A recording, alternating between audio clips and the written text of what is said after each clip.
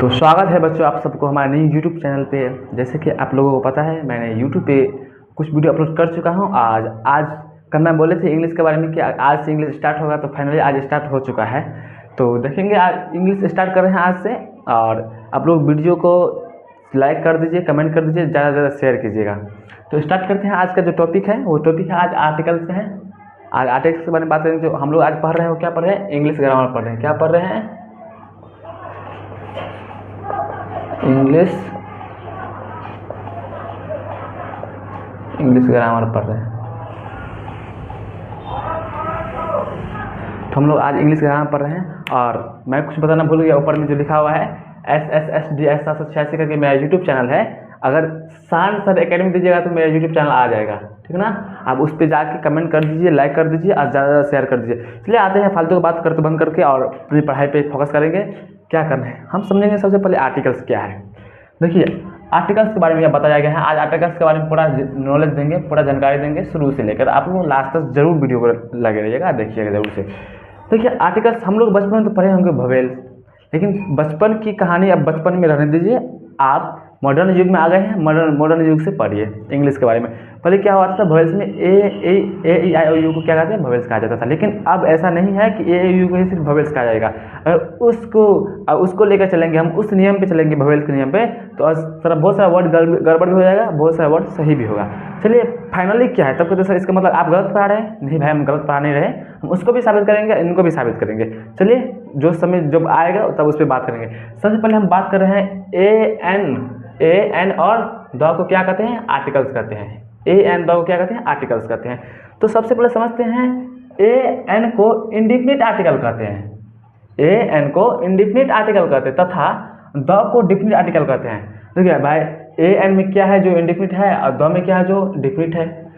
तो देखो बुआ, ए और एन दोस्तों, ए और एन जब भी रहेगा तो क्या करेगा? इंडिफिनिट कहलाएगा। क्या कहलाएगा? इंडिफिनिट आर्टिकल कहलाएगा। क्या कहलाएगा? इंडिफिनिट आर्टिकल कहलाएगा। और द जब रहेगा, दे जिसे कहते हैं, द को डिफिनिट आर्टिकल कहते हैं। क्यों कहते हैं डिफिनिट आर्टिकल? तो आगे बात, इसके एग्जाम्पल भी दिया गया है। आप लोग इस एग्जाम्पल को बढ़िया से देखिएगा और समझने की कोशिश कीजिएगा। जरूरी नहीं है कि एक बार में आपको समझ में आ जाएगा। हम लोग भी शुरू किए थे तो हम लोग भी दिक्कत हुआ था, लेकिन सबको दिक्कत। तो ऐसा नहीं है कि कोई इंसान एक बार में बड़ा इंसान बन जाता, नहीं। ऐसा नहीं है कि हम भी आज पढ़ा रहे हैं तो आज नहीं कि बहुत बड़ा टीचर हो जाएंगे, लेकिन एक ना एक इंशाल्लाह, एक ना एक दिन जरूर इंशाल्लाह बनेंगे, कामयाब होंगे। हर एक इंसान कामयाब होता है, बशर्ते आप मेहनत नहीं छोड़िएगा। जब भी आप मेहनत से मुकरिएगा, डरिएगा, आपसे नहीं हो पाएगा। इसलिए इस बात को गांठ बांध लीजिए, मेहनत करनी है, प्रैक्टिस करनी है। मोर देन सेफ्टी स्ट्रेंथ होता है। चलिए देखते हैं क्या है कि इनडिफिनिट आर्टिकल्स को जो डिफिनिट आर्टिकल ना होता है। भाई इस वही बात हो क्या, मान लीजिए कहते हैं कि पानी गर्म है, पानी गर्म की परिभाषा दो, तो कहेगा कि जो पानी ठंडा नहीं है वो गर्म होगा, जो गर्म नहीं है वो ठंडा होगा। तो ये बात ये मुकर गया इसी पे। तो देखिए ऐसा नहीं है। जैसे समझिए डिफिनिट आर्टिकल तथा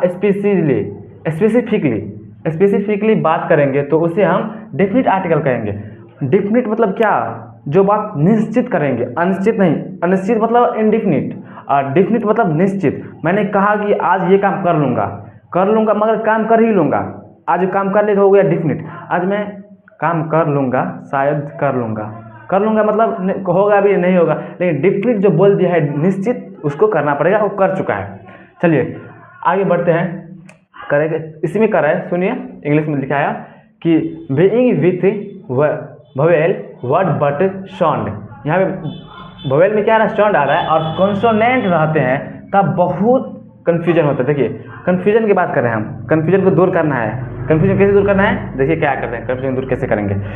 सबसे पहले कह रहा है यहाँ पे कि बीइंग जब शुरू होगा तो क्या कर रहा है? विथ से वोवेल वर्ड बट साउंड।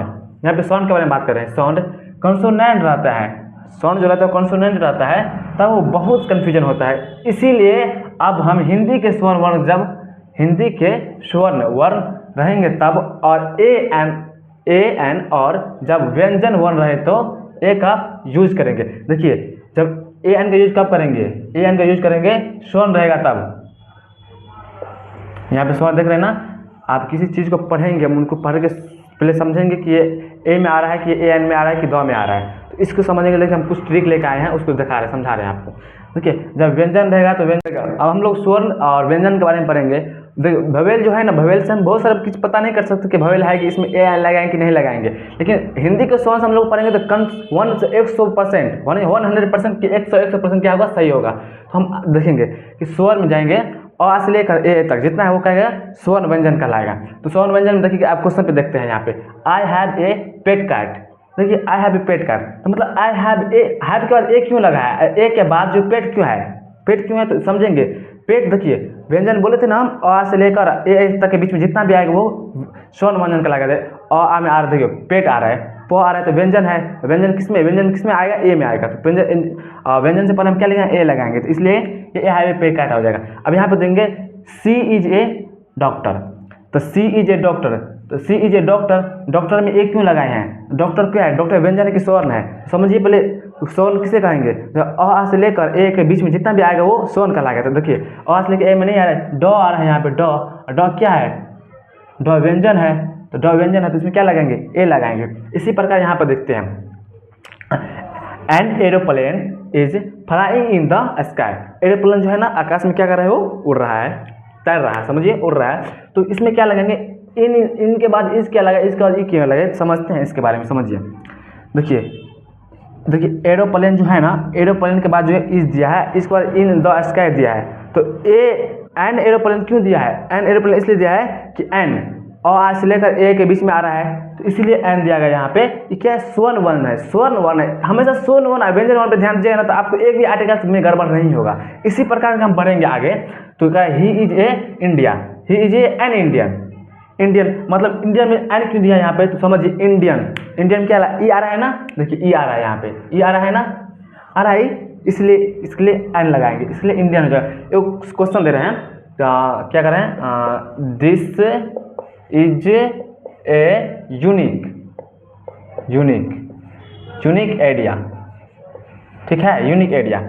अब इसमें बोलेंगे unique area, this is a क्यों लगाएं, यूनिक में तो यू हो रहा है, भवेल्स के यहाँ पे भवेल्स से बात कर रहे हैं। अगर यूनिक अगर लगाते हैं हम, यूनिक भवेल्स के लिए कर सकते, तो भवेल्स में क्या कहता है, ए ई आई ओ यू को भवेल कहा जाता है। तो मान लें बच्चे में ट्रांसलेशन बनाए होंगे एक्सरसाइज बेसिक ग्रामर ट्रांसलेशन, तो ए ई आई ओ अगर उससे पहले आप लोग क्या कहते हैं, ए एन देते हैं, ए एन देते हैं ना, एन।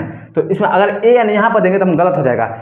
हम क्या बोले थे सर, आप तो हिंदी वाला पढ़ा चुके हैं, स्वर्ण व्यंजन वाला, आप उसमें गड़बड़े हो जाएगा, नहीं गड़बड़ नहीं होगा। समझिए यूनिक क्या है, यूनिक कब शुरू हो रहा है, यूनिक लिखेंगे मतलब य से लिखेंगे, य से लिखेंगे ना, य क्या है, व्यंजन है ना व्यंजन, तो व्यंजन है तो क्या लगाएंगे, ए लगाएंगे कि एन लगाएंगे, तो व्यंजन में हमेशा क्या लगता है, ए लगता है ना, तो व्यंजन में इसलिए हम यहाँ this is a unique idea दिए थे, यूनिक आइडिया, सोचते हैं कि समझा अच्छी है, ठीक ना। आज के लिए वीडियो इसी पे समाप्त करते हैं, बाकी नेक्स्ट वीडियो नेक्स्ट टॉपिक के साथ आएंगे। आज के लिए इतना है, बाकी कल। जय हिंद, जय भारत।